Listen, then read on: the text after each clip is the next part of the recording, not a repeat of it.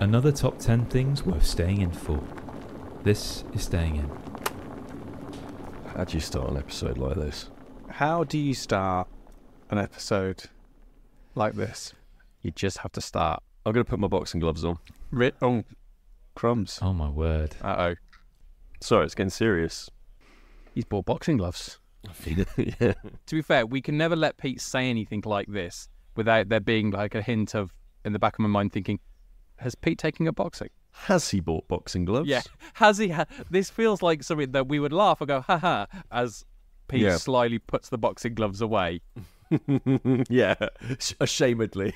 Sort of slightly sad. Like, yeah, You've guys. been really excited to share your new hobby. Yeah. What is... No, we already know Pete's. What's the most accessory intensive sporting hobby you've taken up? I think mine was probably squash, because I had to buy separate shoes. I had to buy the spec. I think I got railed in by Big Squash, and they were just like, "Oh well, you have to buy special shoes because otherwise you can't play squash." So I spent like 50 quid on buying special squash shoes, and to this day, I've not seen any difference. Yep. In my special squash shoes. Wow. I did go for the kind of the full cricket kit. Oh yes, you did, didn't you? I think we've talked about my cricket experience in the past. The cricketing. So yeah, I had the kind of the full. The cupboard of shame. It's not a cupboard. It's long gone from the cupboard anymore. I'm not even pretending I'll ever go back to it. It's long gone. But I had like the full kind of Monty pads, and I didn't buy a bat. I didn't go all in on the bat. The one But thing you needed. I got the pads. Yeah, you got bowled out quite a lot, didn't you, Dan? I was going somewhere where they had bats I could use. And here he is now, in at fifth. But I had the pads and the box and the ball and all that jazz. But you'd never bought a bat. What were you doing? It was about doing some exercise, and there was a cricket club just next to where I used to live. Commendable. And they used to kind of just have kind of really kind of casual, kind of informal training where people could show up. You could show up and just they had some nets and they would be bowling to each other and batting. It was a really nice environment. And obviously I wanted to kind of be safe, so I needed the pads and I needed the certain protection in the certain sensitive areas for a man. So I bought that stuff, and before I kind of really invested, because the bat would be really expensive, before I invested in that, I wanted to actually know, could I do it? And then quite early on, there was the incident where the ball hit me in the place where you really don't want the ball to hit you. Because you didn't have a bat down. But also you had all the protection, so surely you were all right. Well, the protection, it turns out, is not infallible. Does anyone else love this image of Dan? Yeah. I'm wandering there. around a cricket club like a ghost. Yeah. Like, oh, there he is. There he goes. The ghost, the club. And some say he wanders these very halls in his full kit and cup. Whimpering, holding his crotch. Looking for the bat that he dropped 70 years ago. The whimpering man. Wow, that's incredible, Dan. For me, probably it was golf. I've got the bag. I've got like a glove for my hand. I've got the special shoes. Obviously, didn't bother with any clubs. No, no. But just throw the ball. But Did you honestly not get any? no, I've got clubs. Yeah, I've got a set of clubs. I thank God. share it with my dad. Yeah. They're children's clubs, but Yeah. the plastic ones. Yeah, they're orange clubs. So golf for me, and I literally played some golf the other day at the driving range, but I haven't properly played a round of golf. Gosh, I'd say probably about Let's change that. 15 years, I would say.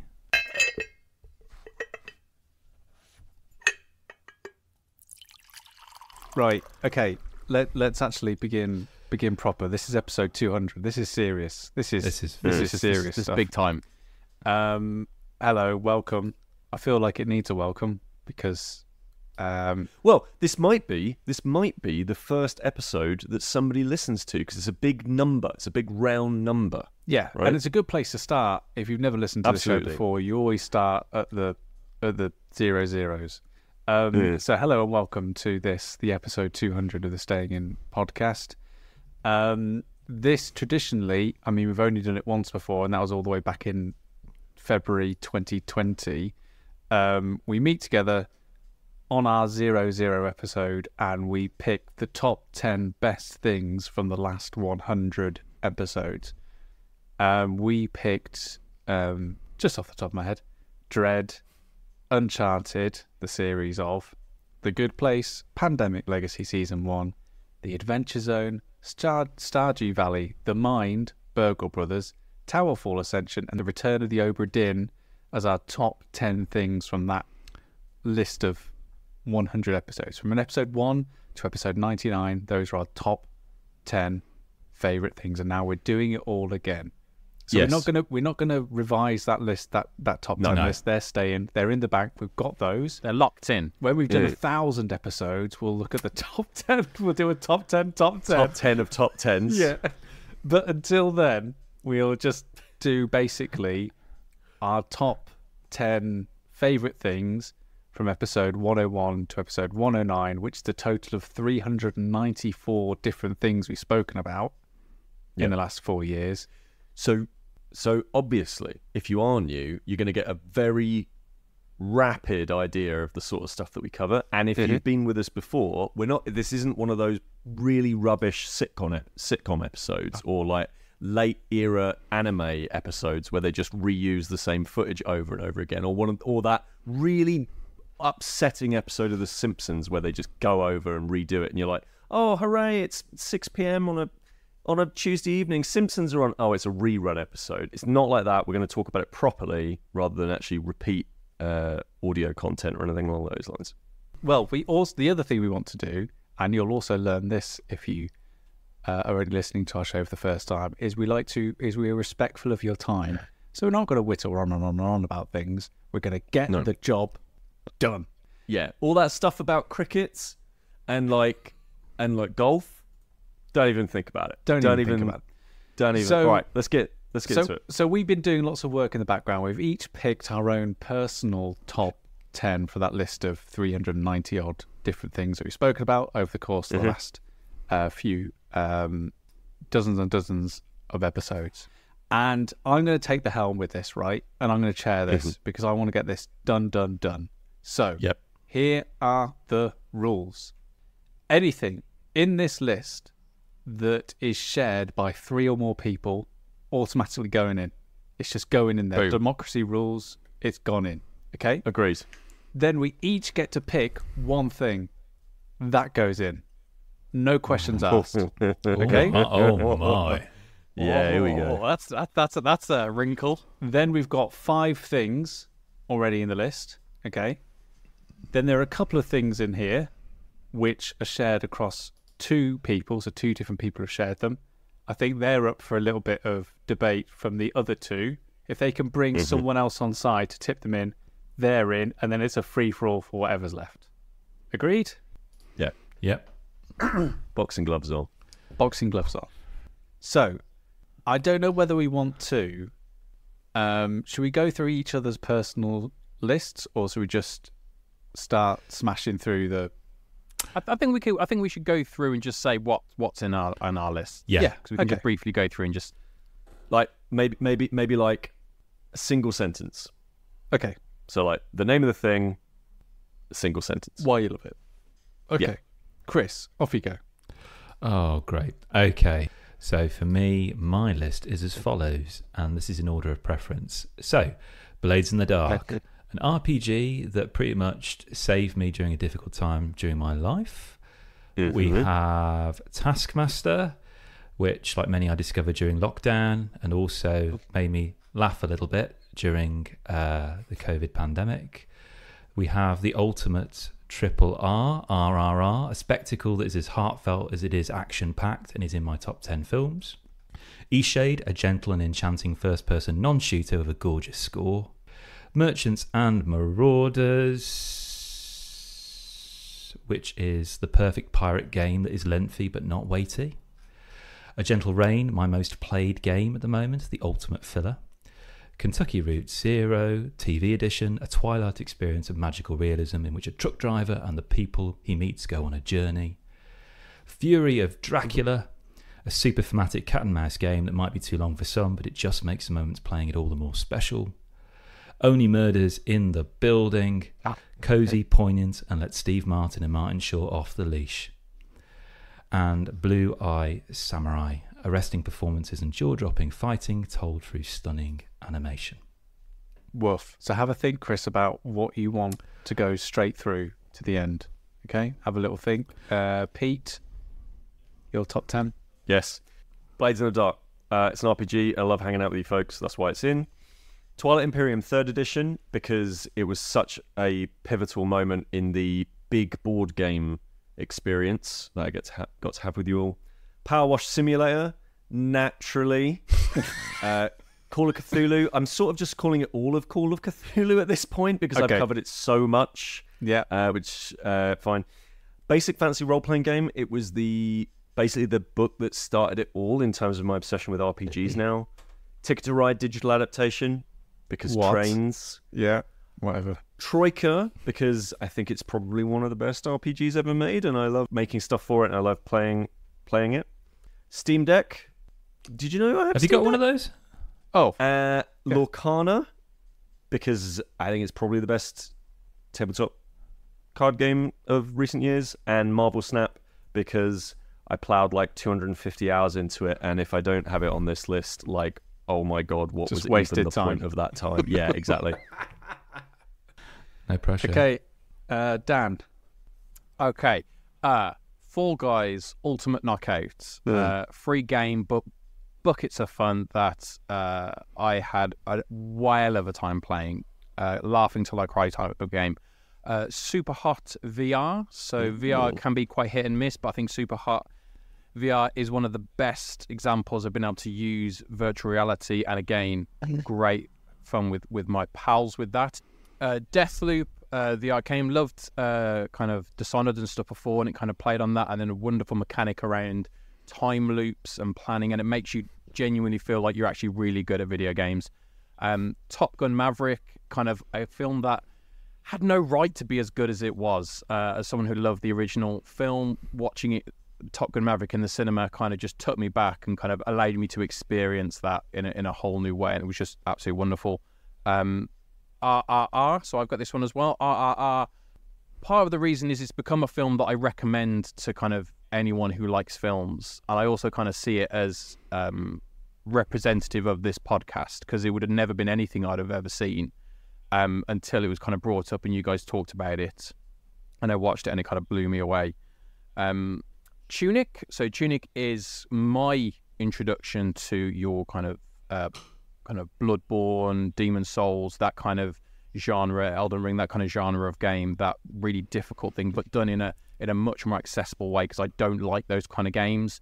But this one really kind of caught me, and I really enjoyed the level of difficulty that went with that. The Bear, I think, is one of the best TV shows in recent years. The first series is kind of phenomenal. It's intense. It's so intricately plotted and written. And then the second series is just some of the best television I've ever seen, and literally had me sat alone in a room shouting at the TV, which I don't recall any TV show ever doing to me in the past. Another TV show is next, which is The Last of Us, possibly one of, if not the best video game adaptation. Obviously, the story of The Last of Us kind of plays very well in a more in a television or cinematic environment. But what it's able to do in terms of expanding on the story and exploring new areas and telling new stories was just wonderful. Number 9 is Bluey, the show I have watched probably more so than anything else over the past 4 years. Having kind of young children, it's a godsend when there is a show they want to watch that genuinely I can enjoy, and there is philosophical ideas that come from it. Some of it's quite profound. It's really unique for a show to kind of have that cross appeal, and it's just hilarious. And then finally, my number 10 is Only Murders in the Building as well. Coming into its third series kind of recently, I think that's when we recently talked about it again. Murders in the Building third series really took it to a new height, and is one of the best things on television. My 10 are not in any order, I should say. My 10 aren't in any order either. And also, I didn't necessarily pick my 10 favourite or best things from the last 99 episodes. Well, I feel like you've sort of screwed that one up then, haven't you? I went with the 10 things that, when I scrolled past them, gave me the most vivid and impressive memories. Because I just could not decide between one thing or another. And also I felt like with quite a lot of stuff, because we covered over 390 things, most of it came down to recency bias. And I also wanted a spread amongst the shows on my top 10 things. So I'm quite proud of it, that it goes all the way from episode 101 right down to 191, spread in between. Anyway, so we start with Twilight Imperium 3rd edition, one of the best, the best 12 hours of gaming I have ever spent with some of the most brilliant people. Powerwash Simulator, the best online gaming experience I've had in the last 4 years. RRR reminded me about how important it is to watch films with someone else in the room with you. Steam Deck reignited a lot of my love for video games over the last 4 years. Dutch Blitz, the most chaotic and frantic card game I think I've ever played. Lacrimosa, a game where I couldn't stop laughing because I bought Mozart's The Magic Flute, heard it once, and then sold it for a pittance. The Wretched represents to me the moment that I vividly started to really appreciate single-player role-playing games. Dune, and again, I'm going to take the I'm going to take the Call of Cthulhu route with this and basically mean it's all Dune. Right, all of Dune. Okay, yep. Kind Words is my quote-unquote pandemic selection of this top 10 because it really was something that, what a guide, what a shining light in the darkness. Mage Knight Ultimate Edition for just one of the most staggering and unbelievable games I've played in the last 4 years. So I've got a top 10 notepad list on my computer here. Bit of Foley. So we all get one. So shall I just write down the things that are definitely going in from everybody? The things that definitely go... So the first thing that definitely goes in is RRR, because three of us had it in that list. I mean, the question to you, Pete, is why you didn't, but it was... Marvel Snap. It was number 11. Like, RRR is, like, amazing. I mean, are we talking about this now? Should we talk about it now? Well, yeah, come on. Let's do it. All right, fine. So, RRR is probably my favourite movie I've watched in a very long time, and it probably would have been on this list if... I basically voted tactically. I wanted... Saw that everyone else was doing it. Yeah, I thought to myself, I want Call of Cthulhu to get in, so I'm just going to vote tactically here. But RRR, like, I think it's a movie that nearly got onto my list, and considering I don't put movies on my lists because I just don't care about them, for a movie to really make me care, that says something about that flick. And like, again, like you say, you know, having Chris sit down and just watch me as I watched it. Oh yeah, I did that a lot that year. So good. Like, and just there's nothing you can say about that movie that the only thing you can say about that movie to people when they say, "Oh, why is it so good?" You just have to say, you just have to go and watch it. Yeah, describing it is describing it strips it of quite a lot of its magic. Yeah, it's the movie that you sit there and the only thing that keeps tumbling out your mouth is no, they didn't. It's great. They did it. Yeah, they did it. I think for me, part of that whole thing of like not telling people is like when you've watched it for the first time, because I did watch it by myself. I didn't have it as a group environment. Sam, me and you did watch Eager, which did nearly make my list as well, but I didn't think I could have both Eager and RR on my list. But I think that thing of when you're telling people about it, not wanting to give anything away, is because you've had that experience where the film turns. And I remember sending a message to you saying, like, it was probably about halfway through saying, I thought I'd got a grip of what this film was, and then this happened, and now I'm completely lost again. There's such joy in those moments that you don't want someone to not have that joyful moment. So you don't want to say anything for them to be expecting it. Yeah. Because so much that happens is so unexpected in wonderful ways that you don't want to kind of spoil that. It's the moviest movie. I think So I've while- ever seen. While we don't want to say much about it, if you had to describe it without spoiling anything, vaguely, what's the genre? What's the feeling? You don't need to talk about the story, but what's the origin? Oh, right, okay. I'm going to go for it. I'm going to say Bollywood Shakespeare, directed by George Miller. Perfect. There you go. Yeah, that's it. And it's in there from episode 159. That's then Chris, what's your in like a bullet? Chris's choice. Chris's choice will probably be Blades in the Dark.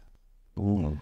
Now, if this doesn't go in, I'm not going to kick up a fuss. This is a very personal choice for me because, like many during that pandemic, it was not a fun time, and it was my first time GMing, and actually I was inspired by the GMing that you lot have all done, particularly Pete and Basic Fantasy Role Playing Game, and I'd never GM'd anything before, and at that point in one's life when there's not a lot of nice stuff to think about, going to bed after doing an RPG session of Blades in the Dark and thinking, oh my gosh, what am I going to do next week, and spending 7 days thinking about that at night, and to have done that for over 2.5 years now, and thankfully you've all very kindly stayed with me on that journey, has been one of the most beautiful bits of therapy I think I've ever had.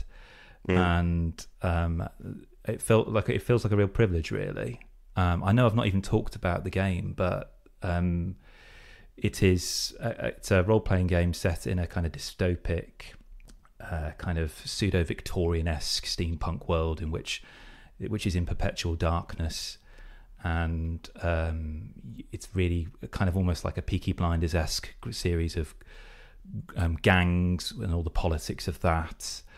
But it's got a lovely mechanic, which is a flashback mechanic. So if you're in a position where you've got to make a difficult choice, you can do a flashback to think, oh, well, I would have done this earlier. And then you roll to see how successful you were with that.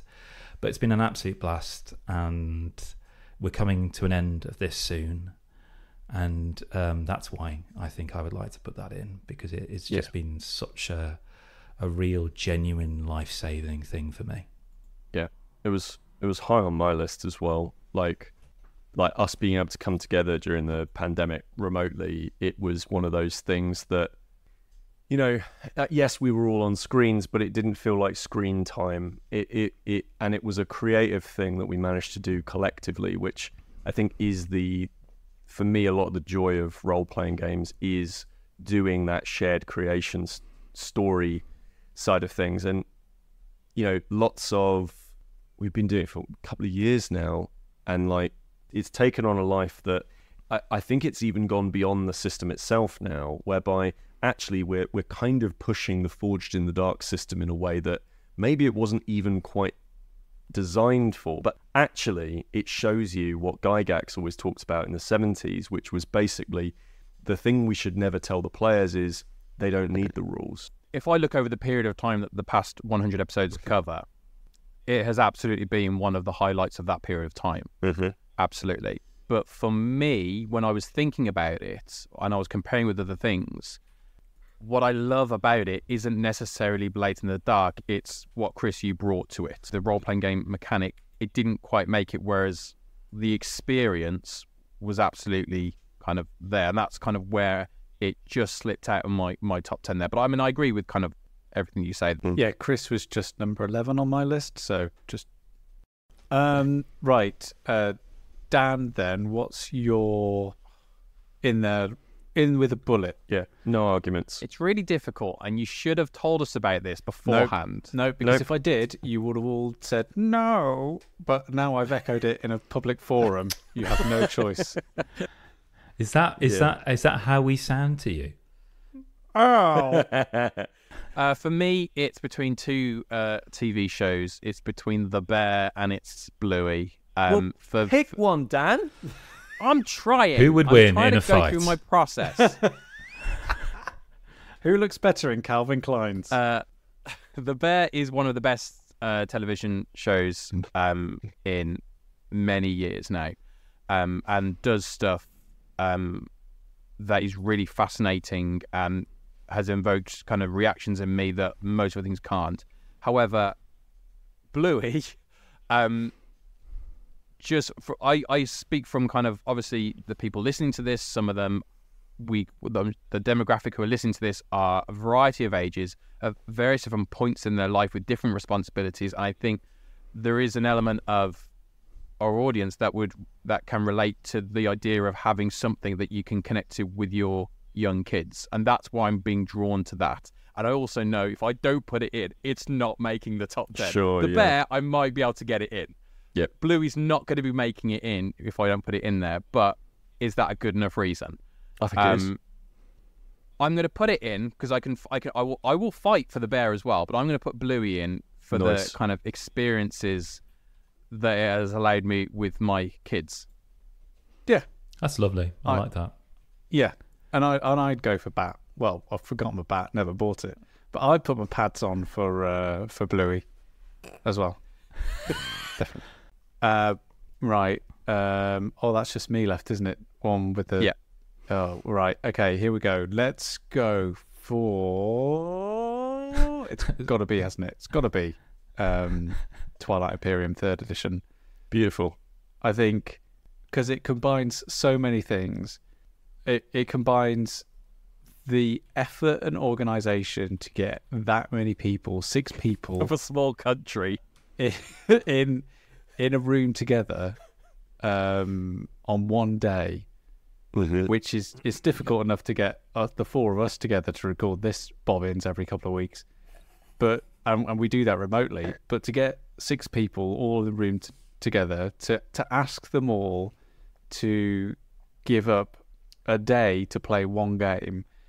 I heard something really interesting the other day when someone was talking about like board gaming and and why they were kind of like saying like, why do I always like go to bed learning rules and spend a lot of time learning rules and playing lots of games and figuring it out? And it was kind of, and I heard someone say it's because people are trusting you with their spare time. Nice. And it's something that I take like incredibly seriously. So playing Twilight Imperium, which is this massive, big intergalactic space game that typically takes about 8 to 12 hours to play, it wasn't like usual where I'm teaching a game to play, which is like a couple of hours, light and breezy. If people don't really like it or I mess up the rules explanation a little bit, then it's fine. It's, we'll play it again another day or whatever. This was a massive and serious commitment. And a lot of that, trusting me with their spare time was one of the reasons why I'd never really wanted to own it or play it before, because I just didn't think I'd ever be able to pull off that kind of joint experience for so many different people. But there we were at AirCon. There's Peter Willington on my shoulder going, buy it. The devil. Buy it. I'll give you half the money. And buying it and then putting a day aside in October to sit down and play it and not only bring friends together, but bring new friends together and people who hadn't met before. And it was just like, it was one of the most profound but yet strangest days in the last 4 years since episode 100. Like the feeling of having a shared experience with people, and then the next day, I think actually having a shared experience with people. I remember like, oh brilliant, Chris, Dan and Pete are staying over. After we finish Twilight Imperium, we'll play this and then we'll do this. And I remember the 4 of us just sitting on my sofa after we finished. We just didn't say a word to each other. And about 40 minutes later, someone just said, I'm going to go to bed. And we all went, oh, yeah, I'm going to go to bed. Like, it was great. It was just profoundly exhausting. And it's a landmark board game moment, because it is one of those things that when you get into board games, people say to you, I bet it's not as complicated as Twilight Imperium. And something to that effect. And it does become a bit of a byword for complex, long, you are in this hobby. Yeah. Right. I think just to speak to that kind of view of it being kind of appointment gaming type thing, kind of obviously we all knew that Sam, you'd been preparing this for such a long time. We were all excited. We were all traveling up to you basically just for that. Pilgrimage. We weren't going to be staying there long enough to do much else other than play this game. So we all came up, and so it was a big thing. And I don't play a lot of games, but I kind of understood kind of the how important kind of this particular game was. I remember on the day, like, the Willington curse hit again, and Pete wasn't going to be able to come. Yeah. Like, because of, I can't remember if it was weather or train. I think it was weather for this one. It was weather, yeah. This one, because it's happened so many times. And Pete wasn't going to be able to come. And my first thought wasn't kind of like, oh, that's disappointing. My first thought was, no, I'm not going to let that happen. I'm not going to let that happen for Sam, who's prepared this. I'm not going to let that happen for Pete. Because obviously I was going to be picking you up kind of halfway. I was like, I'm not going to let that happen for Pete as well, because he's been ready for this and he's been playing this. So I was like, no, we need to work something. And it was that kind of, that was the reaction I had of, this is important. Let's do this. I like the idea of this going in. I know we've got a freebie here, Sam. I love the idea of it going in. The reason it's not on my list is because it's a reminder of my great shame that I. You absolutely lost it on the first turn. I did lose it a little bit. I was playing 12 a faction. hours later. I was playing a faction that was quite fighty, and that's not my playing style at all. And rather than trying to find a way to play how I like to play, I decided to lean into it, and I leaned into it very wrong. And I also was drinking far too early. Yeah, and wearing a suit. And I was wearing a full suit. Yeah. Oh yeah, you're wearing a suit. Yeah, because it was an important occasion. But I really want to do this again. It's haunted me in the most beautiful way possible because, as you say, Sam, this was a summit. And not just because this is an iconic game, but the fact that we were all together, we had this experience that I think we're still processing. Oh yeah. Definitely do it again. It's definitely a winter game. Oh, it really is. All right, so I get to get mine in now, yeah? Yep. Get yours in. Get in. Come on then, and then we're halfway done. All right, easy peasy. We'll be done with this in no time. I'm putting in Troika. So, I know it doesn't really matter to you folks particularly. I think we've played bits and pieces of Troika before. So I've run bits and pieces, but the reason I'm putting this one in myself is because this one has been so important to me and my growth as a creator.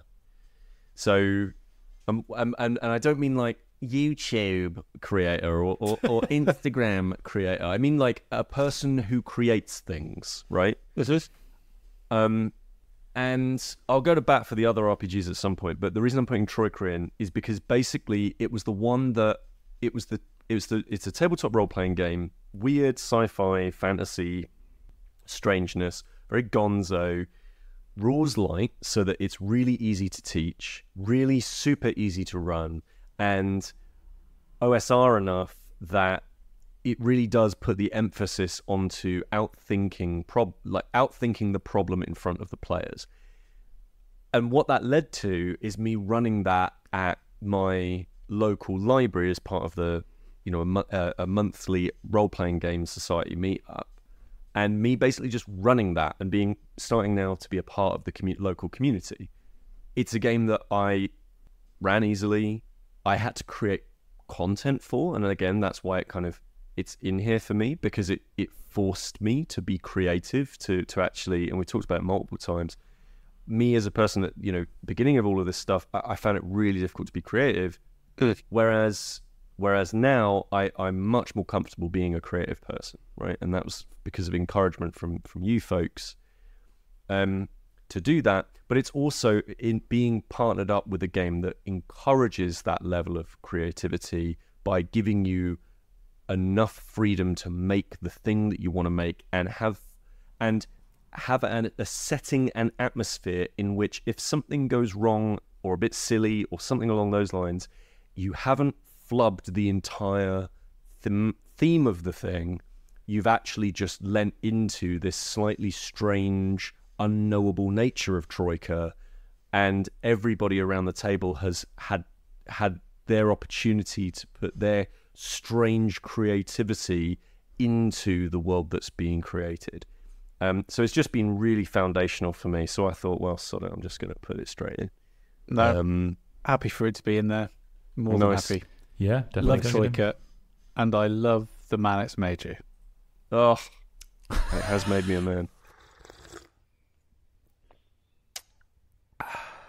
Okay, so are there any others that we're like, well, we think we're going to put these ones in? There are a couple of ones that have two that share with another person. Okay. And that's Powerwash Simulator and Only Murders in the Building. And Steam Deck. And the Steam Deck. So it's up to me and you, Pete, to convince Dan and Chris why Powerwash Simulator and or Steam Deck should be included. And it's up to Dan and Chris to convince either me or you why Only Murders in the Building should be included in the list. All right, fine. We need to put the Steam Deck in because it has completely changed the way that we think about video games. When was the last time, before we had, some of us had Steam Decks, when was the last time we played a PC game online? Like years and years and years and years and years ago. Whereas Steam Deck has been much more easily accessible to us. It's opened up a wealth of more games in our collective libraries, but also in our personal libraries. I've played more games with my Steam Deck, I think, than my consoles for the last 2 or 3 years. Like, we've talked about so many games on this podcast. Yeah, like if I look back at, you know, the sort of the last few games that I played on before I got my Steam Deck, literally one of the last games I played was Kind Words back in 2020. And then it was a bit of Carcassonne here, a bit of Splendor here. That's straight up pandemic. That is, we were here, me and Chris playing that remotely together online, and then you just see the Steam Deck hit, and there's a clear point in like looking at my most recent played games on my Steam library where you can just see Inscription, Prey, Vampire Survivors, Cult of the Lamb, Dear Esther, Stanley Parable, Hi-Fi Rush, Jazz Punk, Bolt Gun, Case of the Golden Idol, Dave the Diver, and probably the most impressive find of that being Sea of Thieves. Now, I never thought I'd ever get to play Sea of Thieves. I mean, now it's out on PS5, so, you know, well done, everyone. Now everyone can play it. But Sea of Thieves is the most fun I've had online cooperatively ever. It would have made my top 10 if I'd been savvy enough to try and squeeze it in the last few moments, but I'm desperately waiting for Dan to buy a copy so we can all gush about it on the podcast on a 200 plus episode. But yeah, the Steam Deck is a thing that actually, you know, coincidentally encouraged me to pick up my Nintendo Switch more, encouraged me to buy a PlayStation Portal. Like, it has just encouraged me to play games, and that is a remarkable, you know, astounding achievement. I'll tell you where I'm at. Okay, you need to buy one because for me, I'm not going to buy one. For me, I'm not someone who's particularly interested in PC gaming. I've kind of the kind of PC gaming I've played over the years has predominantly been like your Football Managers and your stuff like that. Yeah, fair enough. Like the only games that we've played really, and obviously I take into account that Sea of Thieves you guys have started playing. The only game we've really played is Civ, and again I kind of feel hit and miss about Civ because I really have a fun time when I'm playing it, but then I don't play it again for 6 months, and we kind of have to start again. And it's so when you talk about kind of the PC gaming, that's what I don't really have an interest in PC gaming. So I kind of respect that the Steam Deck has made it more accessible. Is it a strong enough thing to make it into my top 10 things over the last like 100 episodes? No, I don't think it is for me. And here we are, here's Chris, the arbiter. Yeah. Right. So I'm thinking of a listener who's joining us for the first time, and they want to get the inside scoop of the top 10 things that have had an impact on us. And I'm not saying we are experts on all of this kind of wonderfully beautiful and quite bonkers geek culture that we have spent 200 episodes talking about. I don't own a Steam Deck. I've held Sam's, and it's a lovely bit of kit, but it is quite big and unwieldy, and very different to kind of the PlayStation Portal, which is I think that's the handheld I would probably be more interested in.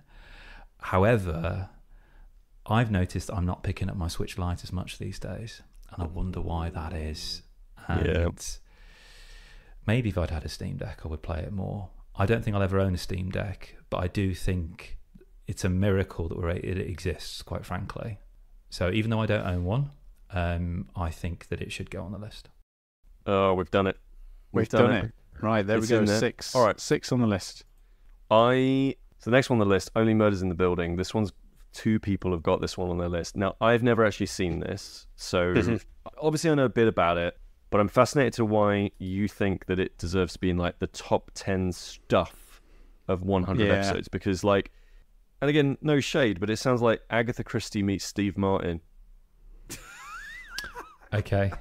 I don't know. I mean, like, and that sounds great.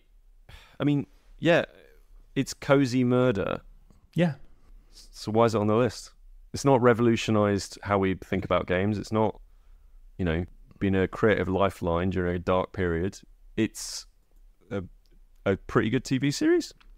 It's pretty good. Yeah, it's extremely pleasant. And looking at my list, there's nothing here that's hard hitting. No. My last 100 episodes have been defined by stuff that gives me pleasant kind of experiences. There's no intense drama. I don't want that really at the moment. Maybe there'll be a point where I do, but I want to watch Only Murders in the Building, which, as the name probably describes, it's about murders that happen in a building. But there's something about the way it's filmed, its overall atmosphere that it exudes, which feels... There's something... Go with me, Pete, on this. Maybe it's because I've recently listened to the episode where Dan talks about his Michelin star menu. Right, sure. But there's a kind of a whiff of dark chocolate about this. There's something sweet to it, but there's also that kind of very pleasant little bitter taste under the surface of it, really. This is about murder, and there are some lovely heartfelt moments of poignancy in this when you kind of... You're kind of solving a whodunit, but you're also getting to know the people in this building. And it's framed around a kind of an intergenerational relationship between 2 elder residents of this apartment block, a very flamboyant Martin Short and Steve Martin, and they meet Selena Gomez, and the 3 of them, through happenstance, get together to try and solve a murder that took place in their building by creating a podcast together. And there's something really quite sweet about it. And I know when it's one that's going to be one of my top 10, because it's one of those things where I mete out my time with it. I don't binge it. I really, really savour it. It has been a wonderful treat for me to experience. And I know, Dan, you love it. Yeah, I think the one thing I'd kind of pull you upon briefly, Pete, in terms of when you mentioned that it's not something that kind of has helped someone through a dark time. I think it actually kind of came out in the aftermath of like the kind of the COVID lockdowns and everything. So it came out kind of August 2021. So kind of it was one of those first kind of things that started to come out that had been started being filmed after kind of lockdown had started to go over. So these are kind of the first things that came through. And I think, and it's something I mentioned when I talk about Ted Lasso, the TV show Ted Lasso, which I really like. I think it's got flaws, but I think one of the reasons it was as successful as it is because it's such a positive message, and it's what people needed at that time. Right. And that's how I feel about Only Murders in the Building, that it is such kind of so positive and nice and gentle. Obviously, it was funny, it was engaging, it twists and turns, it was really nicely played, the humour was lovely, and then the reason it was on my list was the fact that going into the 3rd series, it didn't just go up kind of one level, it kind of jumped like 3 or 4 levels. Like Paul Rudd came in as a recurring character, Meryl Streep came in as a recurring character. These are big stars that came in, and they were fantastic. The story was fantastic, and it was just such a lovely thing. And I remember watching it at the start and loving it. I think I watched the first 2 series. I think my wife watched a couple of episodes at the start and then kind of drifted off.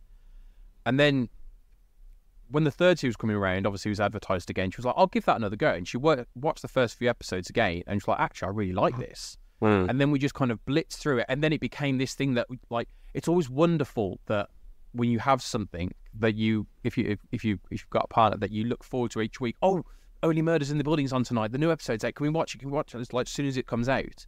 And like that's what we had with that, and especially in that third series, it was just. And you have the conversations afterwards. Who do you think it is? Who do you think the murder is? What have you noticed? What is this? What was that little look over there? What was that little word she said there? The thing that all the kind of great whodunit murder mysteries do, and it's just a joy to watch. And that's kind of what sometimes, obviously in my list, I've got some very intense TV shows.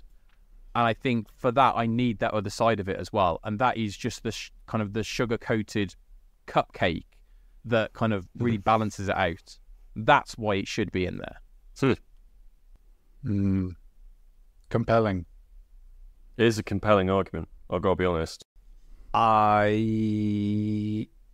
do resonate a lot with that event of having something to sit down and share with someone else, and I'm happy for it to go in the top 10 just for that. Same. Yeah, I mean, you make a compelling argument. Like it, yeah. I mean, it makes me, the way that you talk about it makes me want to watch it. So we've got 3 spots left, and Powerwash is going to take one of them. Well, we need to talk about Powerwash because it's on your list and Sam's list, Pete. Yes. Sam, Powerwash. Powerwash with me, baby. Strap your nozzle on and spray it all over. Get on your overalls because we're getting wet. Yep. What a game.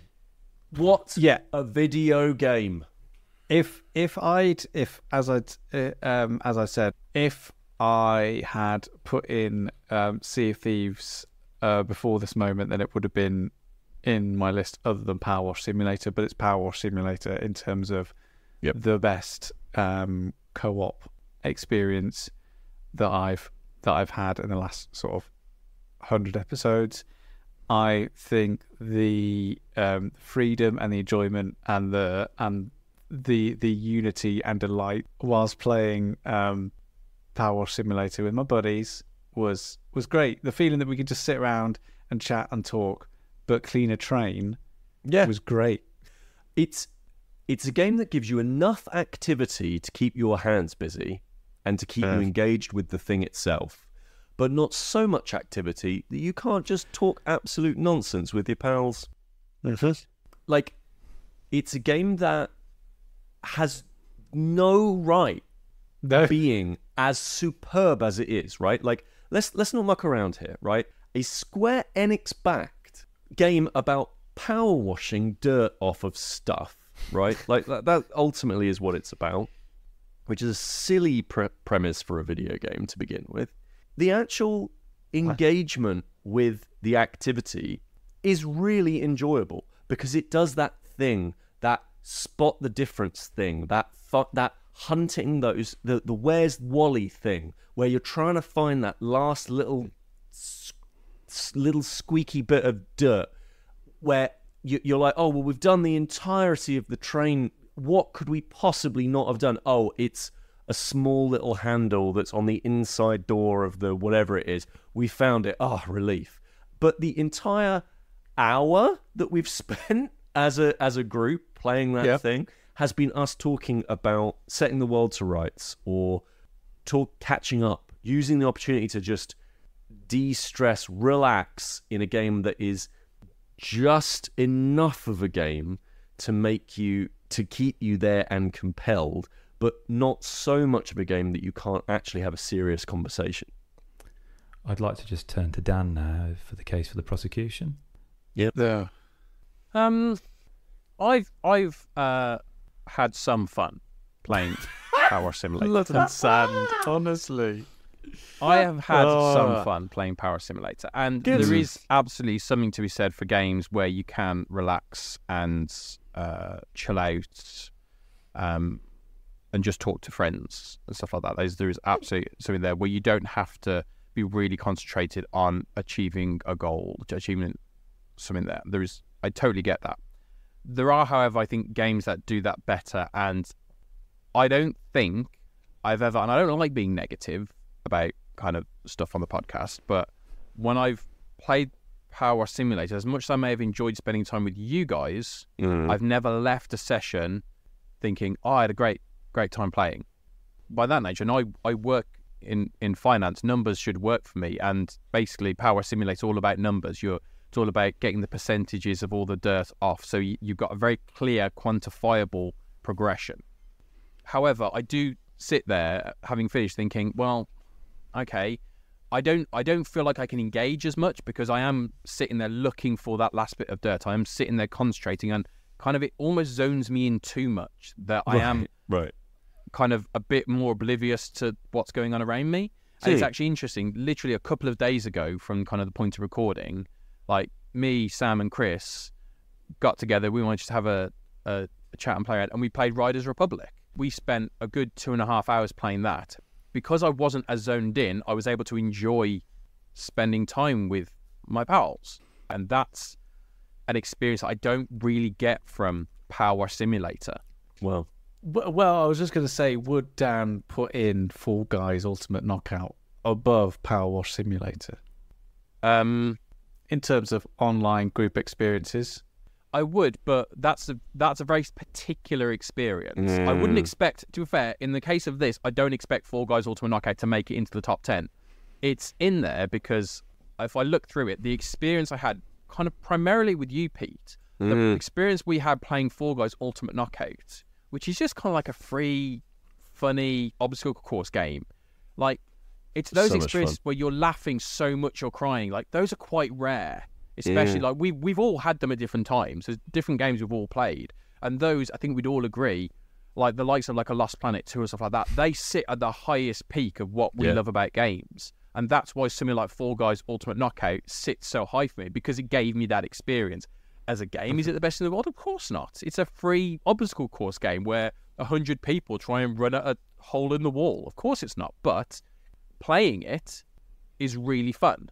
And I had a lovely time with it. I don't get that experience. And don't get me wrong, Powerwash Simulator is not trying to give me that experience. But it's very different. Oh, this is really tricky for me because it's not on my list. I like the game. I don't love the game.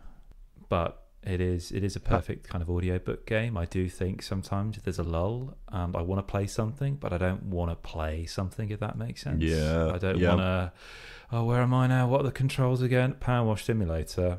Okay, I want to do something active, but I don't want to just go out for a walk. But I want to listen. I'll listen to like an audiobook or a podcast or something.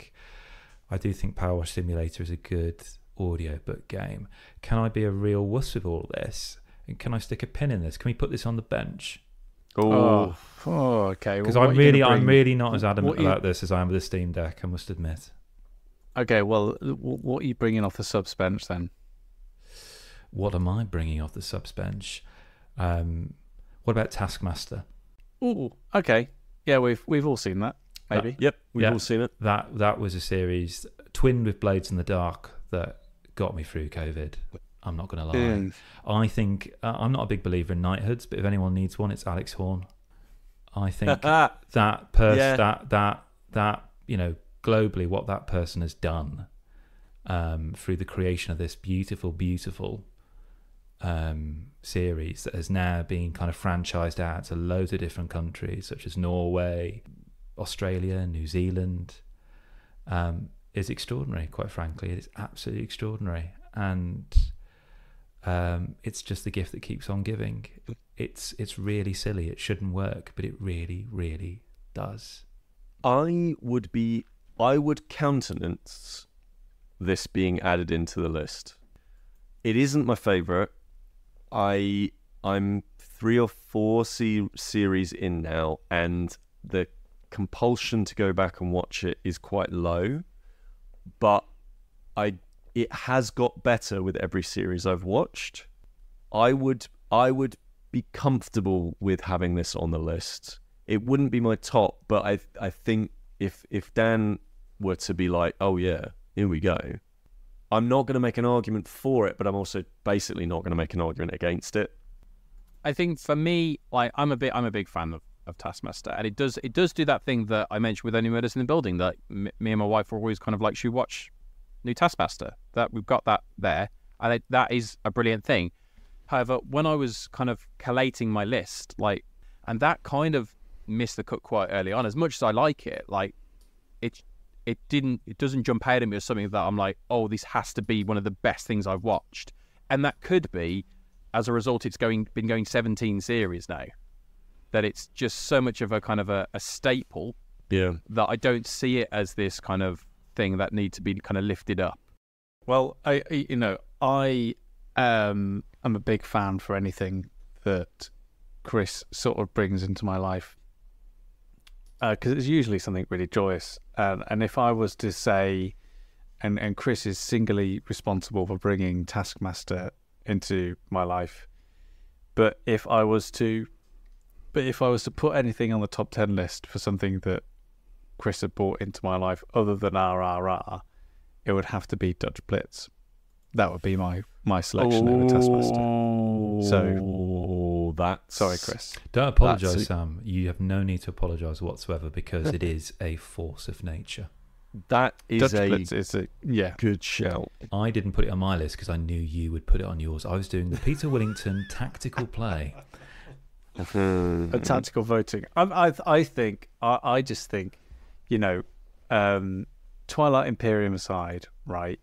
I think if we're going to include at least one board game in this list this year, this time, it has to be the little game that could, Dutch Blitz.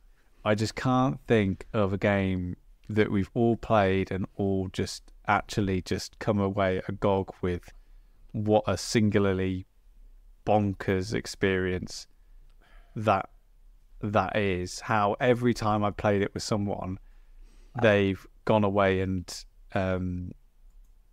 bought their own deck. And I think our reaction to that alone gets it into the top 10, because we all know what that game is like and how much it just has actually just by appearances alone, how often we've spoken about that game on the podcast. Like the Steam Deck, dare I say. How many episodes that's had now. It does make... It's omnipresent. Yeah. Yeah, it's just bulldozed its way into our collective conscience. Yeah. Yeah. And the fact that from all the kind of popular board gaming channels that I follow, it never ever comes up. It never appears. No. It just blows my mind. Yeah. I personally would be happy to put it in, because it does represent something about the podcast, I would say, which is it's a game from... 1912? Yes. Same arse. It's a real old game. It's a game people aren't talking about. It's a game that is really accessible, and it's one we've gone to bat for over and over and over again. And it's I think that kind of represents nicely what the podcast often does with board games, which is like, you might not have heard of this. It's really good. It's really cheap. You should play it. Right, and there is nothing quite like it. No, nothing.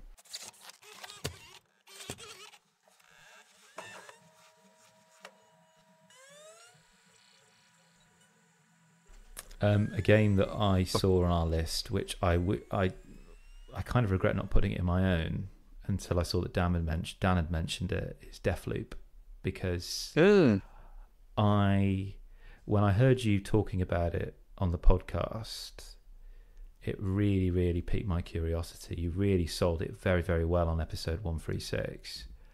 And I had an absolute blast with this game from start to finish.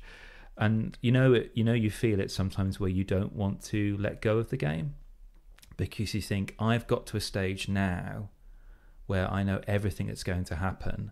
And I know that if I come back to this game in a year's time, I'm going to lose all of that. And I'm going to have to start again, because I can't just go back in where I've come in now because of this time travel leap thing.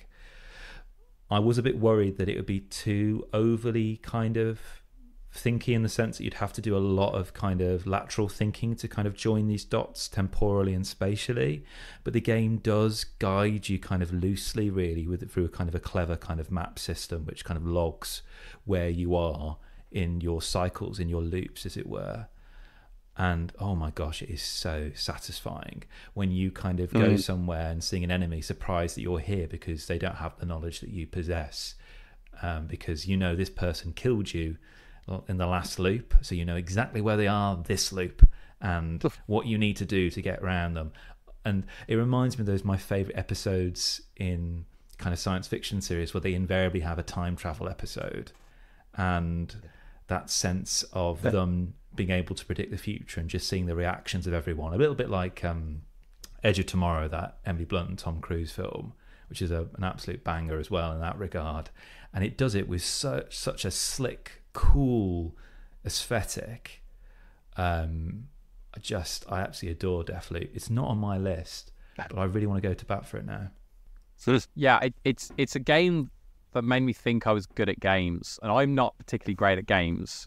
It's okay. I'm okay with that. I understand that, but you kind of compare it with Edge of Tomorrow there, and obviously the idea behind Edge of Tomorrow is a person who is completely inept in battle over time, over these loops, becomes better and better, becomes this great warrior, and that's kind of how you end up feeling. Like I remember when I got to the end of Deathloop, and there's one final run that you have to do, and I knew to the second exactly what I needed to do. So to kind of watch that from the outside, you've basically got this kind of assassin darting through, shooting people, like bang, bang, bang, bang, bang, jumping over this thing here, jumping off this ledge, up into this, because I knew it to the moment that I could do it, and it made me feel brilliant. And there aren't many games that have done that, because as I say, I'm not very good at games. Turn them on easy, let's have fun. But Deathloop really did that, and there's so many really interesting mechanics, and you kind of think, because there's like four different areas and 4 times the day, so kind of the scope of where you can go is quite limited, but the variety they're able to bring into that is quite incredible. It's difficult, isn't it? It's a challenge. I just don't see Deathloop in our top 10. I agree with you. I think it's a really good game. I really enjoyed it. It's one of those games where I had to play with a notebook, which I always really enjoy. But I just don't see it in our top 10. It doesn't feel. I don't know what it is about, a game about murdering people and shooting people. It just doesn't feel like us, really. I don't know. Instead, what if I brought to the table Tunic? Which is a game about a small fox who fights monsters kind of with a sword. See, again, that game just, I realise it's a good game. I know it's well made, and I see the craftsmanship in it. But again, I just really fell off both Deathloop and Tunic. For all Deathloop's intricacies and really great design, I beat that game by complete fluke.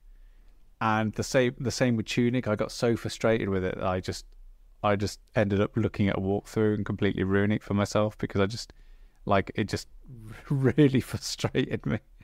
That game, yeah, incredible soundtrack. If the option here was Tunic the soundtrack, then I'd be putting that on the top 10 list in a heartbeat.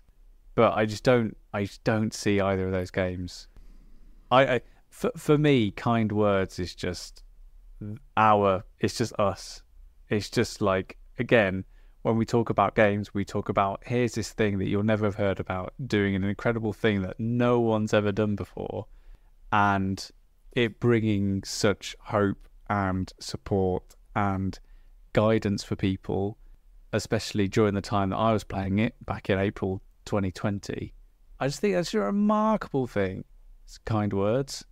Remarkable. It just doesn't get any of the kudos, because you're not a tiny fox and you're not blowing people away over and over again every single day in Deathloop.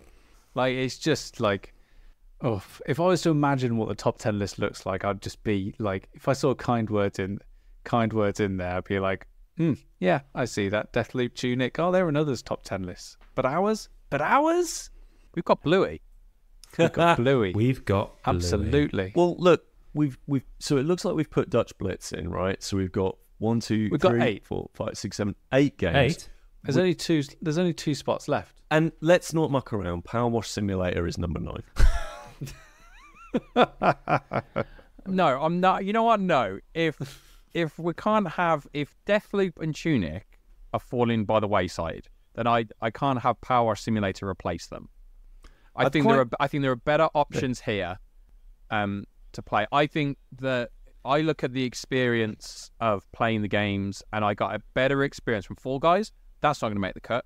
I got a better experience from Superhot VR. Like watching you, Chris, and you, Sam, and Pete, I'll get you eventually. Destroy your playing mantelpiece. Superhot VR is a joyful experience, and it's that thing of enjoying gaming in a group environment as well. Because obviously, so often now we all live in different parts of the country. We 99% of the time can only play games online, so it's very detached. This is something that has to be played in the room, and being in the room is so much of a part of it, as well as the game itself being fantastic. The original Superhot is a fantastic game, and it's perfectly suited to VR.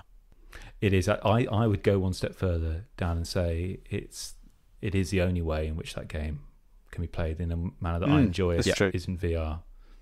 Yeah, honestly, it might just be by dint of the fact that I'm not very good at it in any other capacity. I'm not saying I was amazing in VR, but I was a lot better getting those friction burns on my knees at Dan's to playing it on my Nintendo Switch. I just love the way Dan plays it, sitting on the sofa, and me and you were just like, oh my gosh, proper Splinter selling it. Yeah, like I nearly took out everything on Dan's mantelpiece and his light fitting above. Well, can I take a different tact? Yeah. I'm going to mention some things on my list very quickly that I don't think... I'm going to basically say, I'm going to write these off my list. Yeah, sure. Right? I don't think Marvel Snap's going in. Great game, brilliant mobile game, wicked free-to-play game. It didn't change that much over time. Not much social stuff together. In fact, it's actually difficult to play social stuff together. I think that's gone. Ticket to Ride digital adaptation. So, I love Ticket to Ride. We all love Ticket to Ride. We loved playing it, the adaptation of it. But at the end of the day, it had too many flaws. It went wrong too many times, I think. Yeah, absolutely. To make it onto that list. And the new one ain't any better. I don't think, even though it breaks my heart to say it, I don't think that Call of Cthulhu will go onto this list. Or basic fantasy role-playing game. We've already got 2 RPGs on there. And you picked one. I somewhat agree that basic fantasy role-playing shouldn't be on there. Mostly because... So, Call of Cthulhu, amazing, transcendental tabletop role-playing game that I absolutely love, and I'll continue talking about it in episodes 201 through 300. But it's just not your cup of... It's not super big part of our lives collectively. Basic fantasy role-playing game is the game that really pushed us into role-playing, I would say, like regularly. But again, it's a game that we've not come back to. It's also a game I think has not necessarily issues, but I think it's not a game that needs to be on this list. Now, that leaves me with 2 items on my list. And the first is Powerwash Simulator, the game that should be on this list. And the second one is Lorcana. Now, I think Lorcana is great, and I think it has been really... I think for me, it's the best collectible card game, because it's basically all collectible card games. Essentially, it's all of them, all the best bits and none of the worst bits. I don't think it belongs on this list, because I don't think Chris and Dan are big enough into it to the point that we could make a compelling argument for it. No. I know Sam and I both really enjoy it, really like it, I think it's really, really good, but I don't think it belongs on there.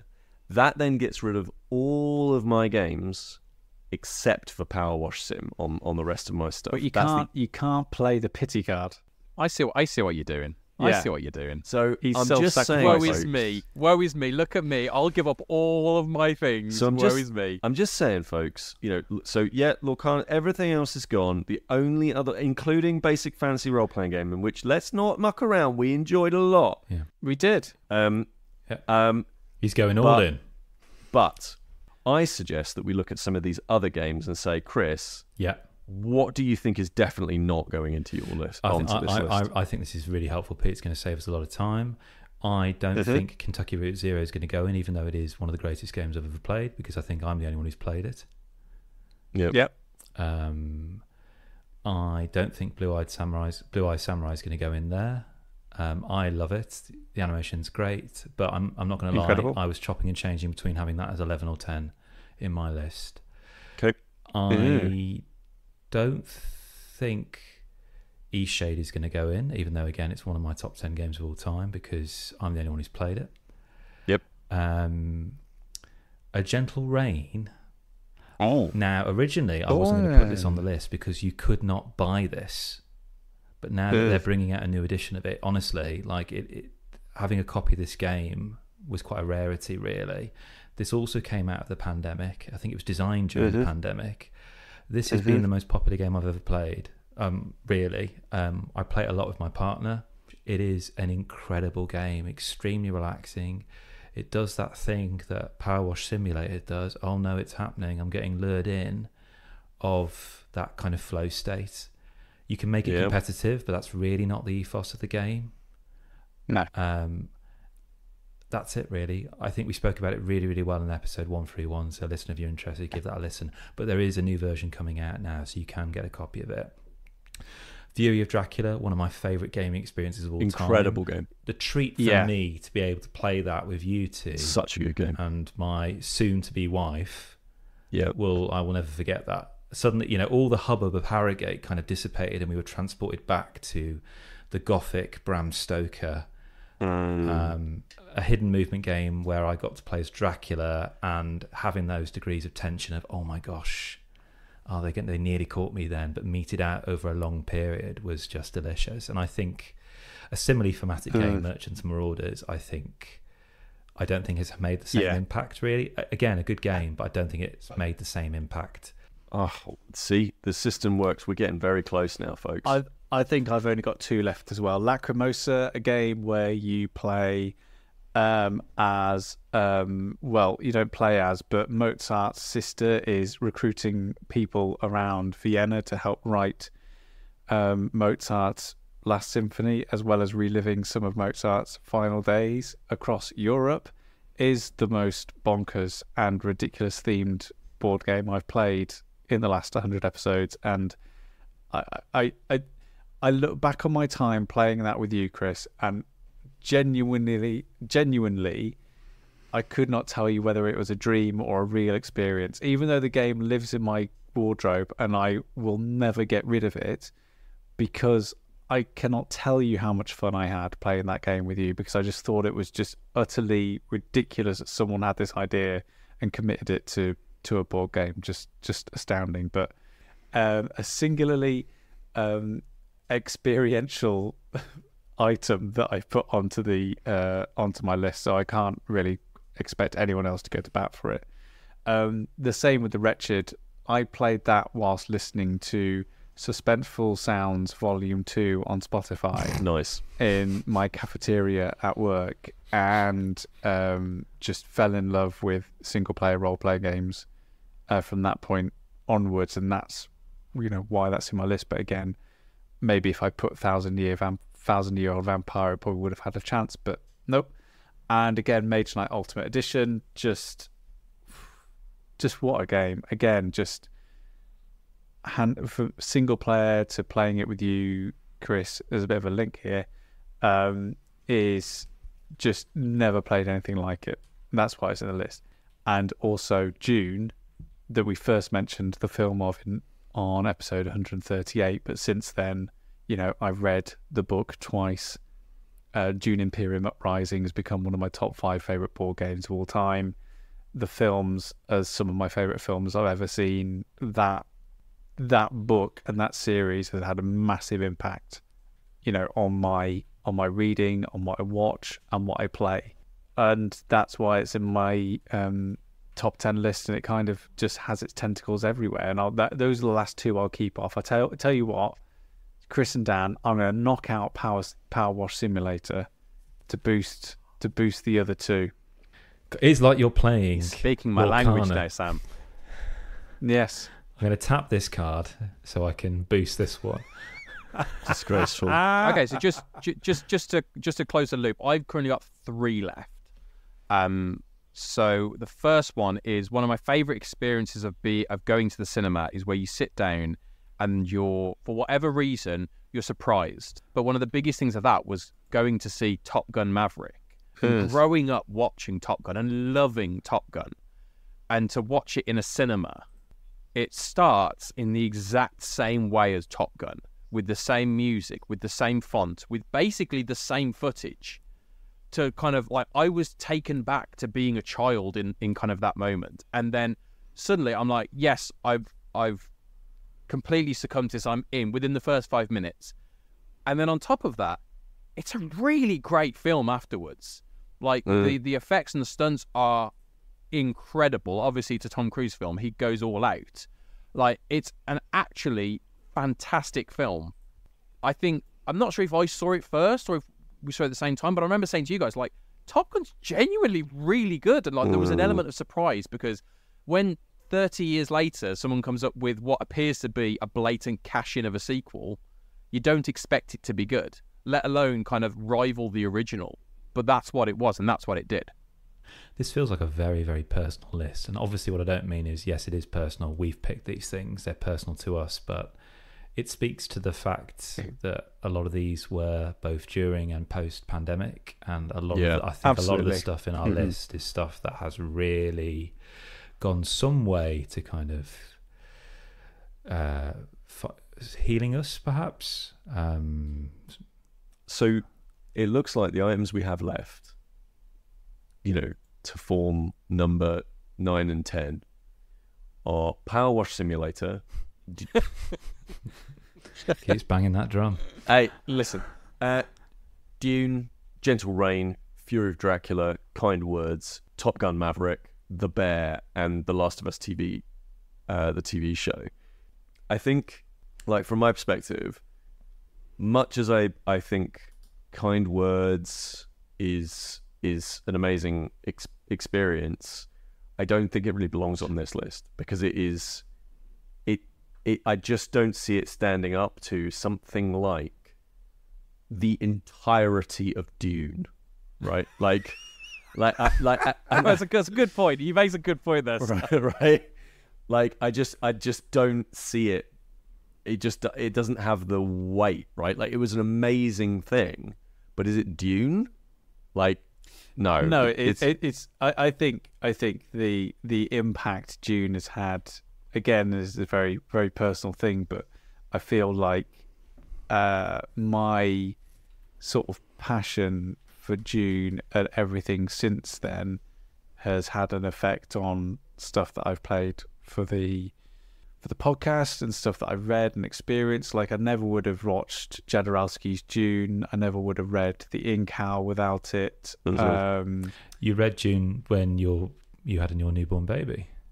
Yes, I was. Yeah, one of the first books Hugo read with me was was Dune. Took a word each. Came started early. After the Three Musketeers. Some kids read The Very Hungry Caterpillar. Yeah. Hugo reads Dune. The Very Hungry Sandworm. So to top it all off, me and Chris playing 6-player Dune Imperium Uprising the other day. Oh my word. And having an absolute incredible time over the course of 4 hours. So let's rip out a few things, right? So I think that the Powerwash Simulator party has unfortunately come to a close. So I'm prepared to remove that from the list. Like, I just don't think there's enough of a wave essentially to get that through, right? I think Fury of Dracula goes just on the basis of we've got a big shared experience board game in there already. Yeah. I think Kind Words is gone. I think there's so the last 5 then are Dune, Gentle Rain, Top Gun Maverick, The Bear, and The Last of Us. Now, I'm not going to go to bat for Last of Us. I'm not going to go to bat for The Bear. No. I am not, because I'm sure they're very good. I just don't care. Like, they're just not my cup of tea. Okay. I think it's Gentle Rain and Dune. I think it's actually between Dune, Gentle Rain, and Top Gun, because I would totally go to bat for Top Gun. Oh, you see, I wouldn't. See, I'd go. All right. I'd go to bat for Gentle Rain. I think Gentle Rain's in there. I'd go to bat for Gentle Rain as well, actually. I don't think you can have Top Gun and Dune. Like, I don't have kind of the background in terms of the board game and the books and everything like that. I see it from the cinema side, so I see it as a film, and I love the films, but I think you have either Top Gun or you have Dune, and so I'm going for Top Gun for that. Right, so Gentle Rain's in there, so that's 9. So Gentle Rain is now in there. So it's Dune and Top Gun. Just a quick thing on kind of The Last of Us and the Bear, because I think they are. Yep. By this reckoning, they're out. The final matchup is Top Gun and Dune. I think the Bear, like, I don't think any of you guys have still seen it yet. I think I've talked about it several times on the podcast. We've had people mention it, like, in terms of writing it. It is just a phenomenal piece of work. You need to be in the right mindset because it's very intense, but I can't express kind of how powerful it is at times.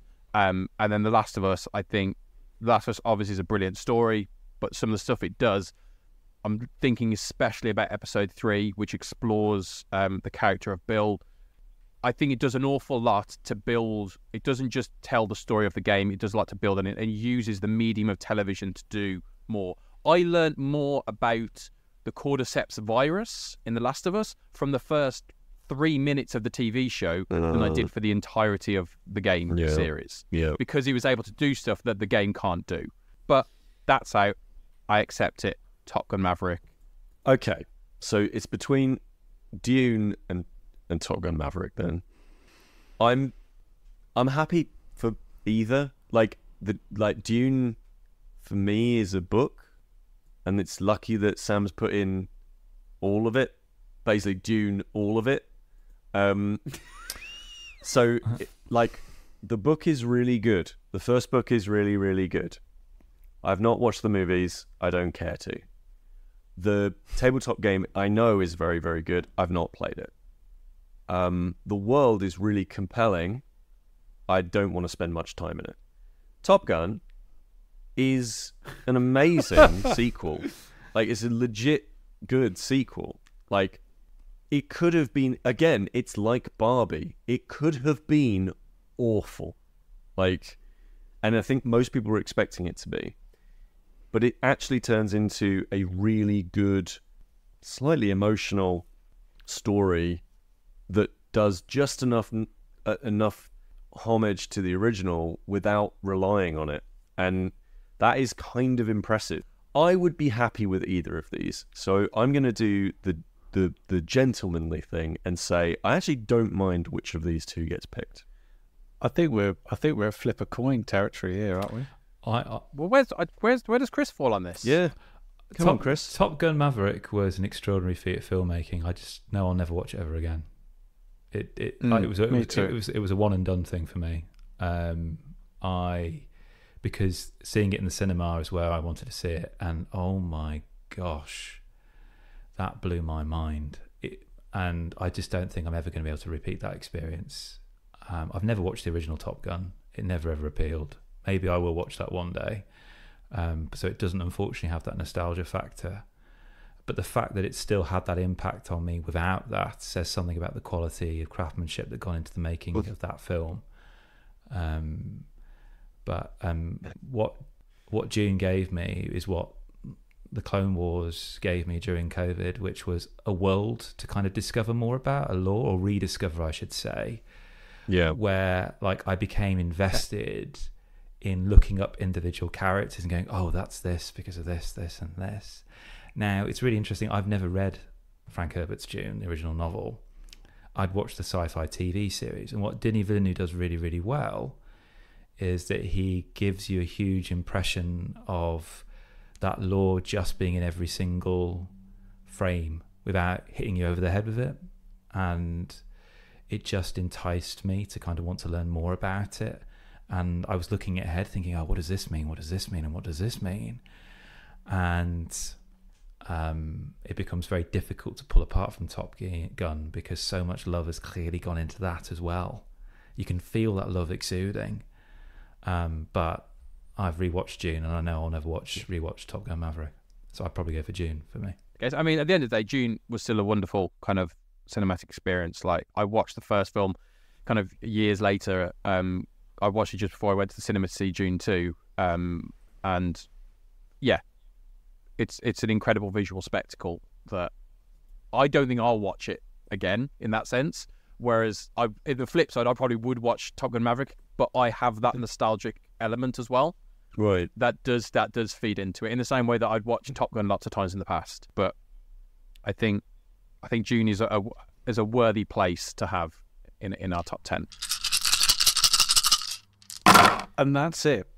So our top 10 list is, including the episodes that they featured on, Blades in the Dark, episode 130, Twilight Imperium 3rd edition, episode 186, RRR from episode 159, Steam Deck, The Steam Deck from episode 180, Dutch Blitz from episode 191, A Gentle Rain from episode 131, Troika from episode 184, Dune, brackets all of Dune, from episode 138, and probably the most prolific episode ever of the Staying In podcast, both from episode 190, is Bluey and Only Murders in the Building. Mm-hmm. That is it. That is our top 10 from episodes 101 to 199. Bluminick. Locked in.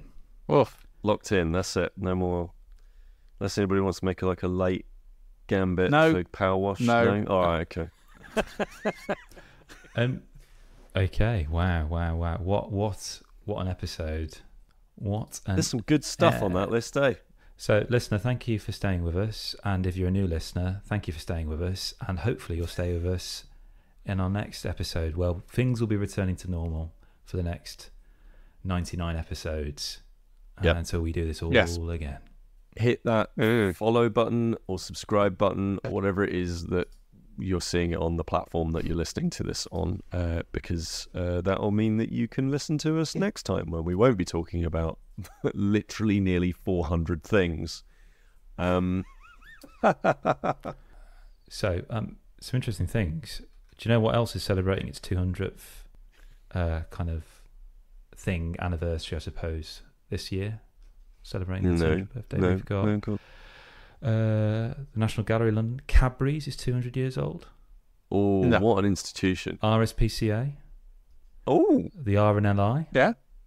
Okay. Oh. Yeah. And Beethoven's Ninth Symphony. Boom. Ninth Symphony. Wow. Yeah. All right. It's not the fifth, though, is it? Just a fan of those early years. Yeah. And Johnny Walker Whiskey. Amazing. Oh, okay, bro. Yeah. Well, that's a lovely evening in with the lifeboatman, the birds. So great music and a whiskey. Yeah. And if you agree with our top 10, because I'm sure you will, stayinginpod@gmail.com, let us know, yes, I did. Or if you were like, this was robbed, mate, or, hashtag Powerwash was robbed, whatever it is that you want to go to bat for, let us know and drop us an email. We really do read every single one of them, and we really like it when you get in touch with us, because it's nice to hear from you, basically. Absolutely. Anything else? And that's it. Yeah, that's it, I think. That's pretty much it. Guess we'll could see you on the B?